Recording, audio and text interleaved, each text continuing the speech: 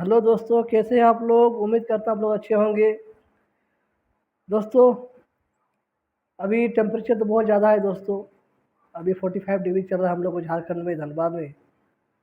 और अभी वीडियो बना रहे हैं दोस्तों खान सर के बारे में। खान सर ने एक वीडियो में बताया है हमारी मोदी सरकार के बारे में। ये सरकार जो है गठबंधन सरकार है, कब टूट जाएगी कोई गारंटी नहीं।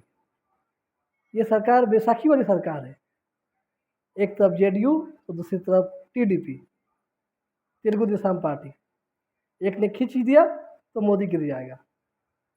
इसी बारे में ये बैसाखी वाला कहा गया है कि कब टूट जाए कब गिर जाए कोई गारंटी नहीं है। कितना दिन तक चलेगी कितना नहीं कोई गारंटी नहीं। इसी के बारे में हम लोग वीडियो में देखते हैं और बात करने और रिएक्शन देंगे दोस्तों। ठीक है दोस्तों, चलते हैं। पारित कर दिया और निंदा प्रस्ताव को पास कर दिया। यानी हर 2 दिन पे विपक्ष अविश्वास प्रस्ताव लाएगा। ये पास हो गया ना तो सरकार गिर जाती है। अटल बिहारी वाजपेयी की सरकार गिरी थी। पूरे लोगों को दोबारा कहना पड़ता है हम मोदी जी के साथ हैं। वहां बोलना पड़ेगा उन लोग। अगर छोड़ दिया जाएगा ना, निंदा प्रस्ताव बहुत खराब होता है। समस्त मंत्री या किसी एक मंत्री के काम से अगर हम संतुष्ट नहीं है तो उसके खिलाफ लाया जाता है निंदा प्रस्ताव। ये पास हो गया ना तो सरकार गिर जाती है। रीजन समझिए, पास होने के लिए 50% से ज्यादा वोट चाहिए और सरकार में वही रहेगा जो 50% से ज्यादा वोट है। मंत्री का मतलब होता है सरकार। मंत्रिमंडल का मतलब क्या होता है? सरकार। मंत्रिमंडल का मतलब सरकार। और अगर सरकार वही जिसके पास 50% वोट है, और निंदा प्रस्ताव भी वही ला सकता है जिसके पास 50% से ज्यादा वोट है। इसका मतलब अगर सरकार के खिलाफ 50% से ज्यादा लोगों ने प्रस्ताव पारित कर दिया और निंदा प्रस्ताव को पास कर दिया, यानी सरकार के पास 50% से कम वोट है। इसका मतलब दाल में कुछ काला है। अगर निंदा प्रस्ताव पास हुआ, इसका मतलब सरकार बहुमत खो चुकी है। सरकार बहुमत खो चुकी है और सरकार बहुमत खो देगी तो सरकार में रहने का कोई अधिकार नहीं है। समझ में आ गया कि नहीं आ गया? अच्छा, इसका एक और इसी से मिलता जुलता इसका भाई एगो, निंदा प्रस्ताव का भाई एगो धन्यवाद प्रस्ताव। देखिए, जब बुराई कर रहे हैं तो तारीफ भी तो करिएगा ना। सही बात एकदम। कौन सा प्रस्ताव?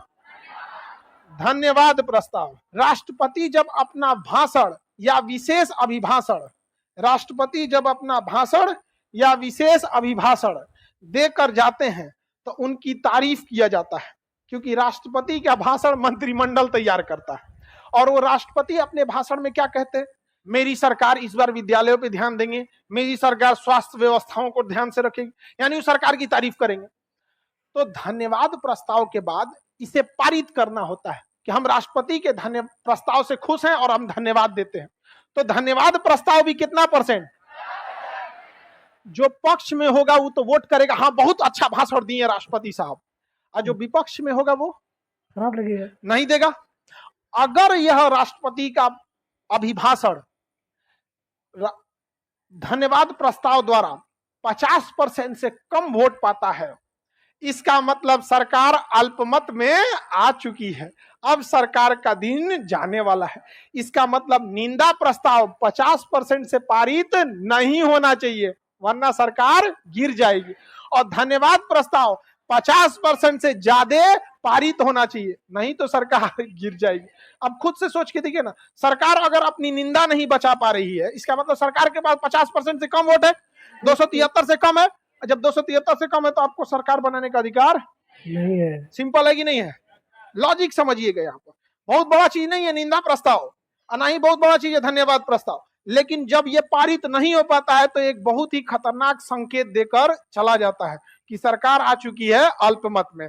अब एक्टिवेट हो जाएगा विपक्ष कि आहा बाबू आजा, निंदा प्रस्ताव पास हो गया, मतलब गया तुम अल्पमत में। और धन्यवाद प्रस्ताव पास नहीं हो पाया, मतलब तुम है अल्पमत में।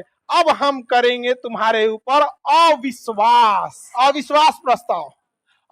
प्रस्ताव कि हमें विश्वास नहीं है कि आपके पास बहुमत है, यानी 50% से ज्यादा सीट है, यानी आप 273 से कम हो चुके हैं। अब हमें आप पे विश्वास नहीं रहा, विश्वास टूट गया, अब आप साबित कीजिए। तो अविश्वास प्रस्ताव कौन लाएगा? विपक्ष। कौन लाएगा? विपक्ष। जब उसे आभास हो जाएगा कि सरकार किसमें आ चुकी है? अल्पमत में। किसमें आ चुकी है? अल्पमत में। अल्पमत में आने के संकेत क्या होते हैं? निंदा प्रस्ताव पारित हो जाना, धन्यवाद प्रस्ताव में 50% से कम वोट आना, यही सब लक्षण है। कैसे जॉन्डिस का लक्षण है, आंख का पीला हो जाना, ये सब देह और का पीला हो जाना, ये सब है कि नहीं है, वैसे इसके भी लक्षण है। अब विपक्ष लाएगा अविश्वास प्रस्ताव। अविश्वास प्रस्ताव में पूरे लोगों को दोबारा कहना पड़ता है हम मोदी जी के साथ हैं, वहां बोलना पड़ेगा उन लोग, पूरा दोबारा वोटिंग करनी पड़ेगी। अगर छोड़ दिया जाएगा ना, हर 2 दिन पे विपक्ष अविश्वास प्रस्ताव लाएगा। तो कहा गया है कि अविश्वास प्रस्ताव के लिए 10 दिन पहले सूचना दीजिए और कम से कम 50 लोग लिखित दीजिए।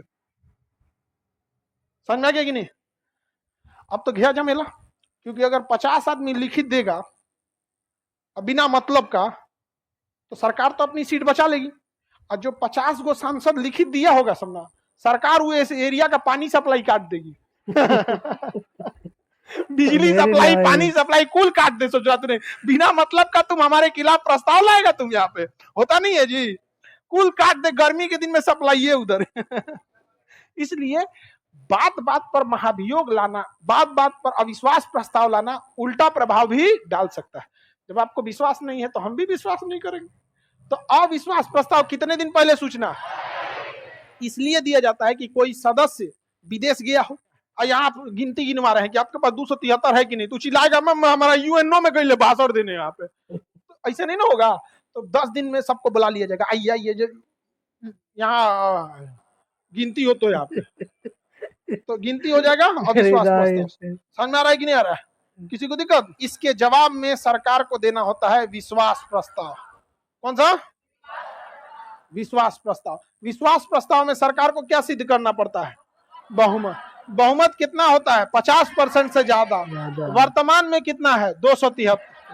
इसी को हम लोग बहुमत कहते हैं, इसी को विश्वास मत कहते हैं, इसी को फ्लोर टेस्ट कहते हैं। क्या कहेंगे? Floor test. समझ में आ गया कि नहीं आ गया? किसी को कोई दिक्कत? तो सबसे खतरनाक प्रस्ताव जवाहरलाल नेहरू के विपक्ष में जेबी कृपलानी ला दिए थे कि हमको विश्वास नहीं है, लेकिन जवाहरलाल नेहरू बचा ले गए थे सरकार, कहे कि नहीं हमारे साथ तो सरकार है। समझ में आ गया कि नहीं आएगा? क्योंकि जब देश नया नया आजाद हुआ था ना, तो कांग्रेस को पूरा बहुमत था, जिसके रीजन भी थे, क्योंकि देश में ने इतनी गुलामी देखी थी कि पहली बार जब देश के लोगों को लगा कि हम कहीं भी घूम सकते हैं बिना पूछे कुछ भी, तो लोगों को लगा कि वाह बहुत अच्छा है। अब हम लोग की जरूरतें बड़ी हो गई। जैसे बचपन में कोई रिश्तेदार आपको 5 रुपया दे देता था तो ऐसा लगता था यही देवता है। निंदा प्रस्ताव में भी सरकार जाएगी, धन्यवाद नहीं पास हो गया तो भी जाएगी। सरकार को विदाई करने के लिए अविश्वास। अविश्वास अटल बिहारी वाजपेयी की सरकार गिरी थी अविश्वास प्रस्ताव। समझ में आ गया कि नहीं आ गया? 2 बार सरकार गिर गई थी अविश्वास प्रस्ताव से। आगे बढ़ जाए तो पहला अविश्वास प्रस्ताव जेबी कृपलानी ने लाया था नेहरू के खिलाफ। 10 दिन पहले सूचना कम से कम 50 लोग। ये जानबूझ के इसलिए रखा गया है कि बात बात पे कोई भी अपना न ले आए। बिना बात पे आप सरकार के खिलाफ ले जाइएगा, बार बार मोदी जी के खिलाफ अविश्वास प्रस्ताव ले जाइएगा, समझ में आए? फिर दिक्कत आप ही को होगा। हाँ, अरे आपका जिला का तो व्यवस्था हो जाएगा वहां पे। दूसरा राज्य घोषित हो जाएगा। बात बात पे अविश्वास प्रस्ताव थोड़ी लाया जाता है। किसी को कोई दिक्कत नहीं है? प्रस्ताव समझ में आ गया? अगर आप लो सेल्फ कॉन्फिडेंस। हाँ दोस्तों, हम लोग वीडियो देख लिए। अब देखते हैं मोदी जी का क्या कार्यकाल रहता है, कितने दिन तक मोदी जी बने रहते हैं। मोदी जी तो 2 बैसाखी के सहारे अभी खड़े हैं, कोई खींच लिया तो गिर जाएंगे मोदी जी। तो देखा जाए मोदी जी का क्या रहता है। ठीक है दोस्तों, फिर मिलते हैं अगले वीडियो पे। जय हिंद।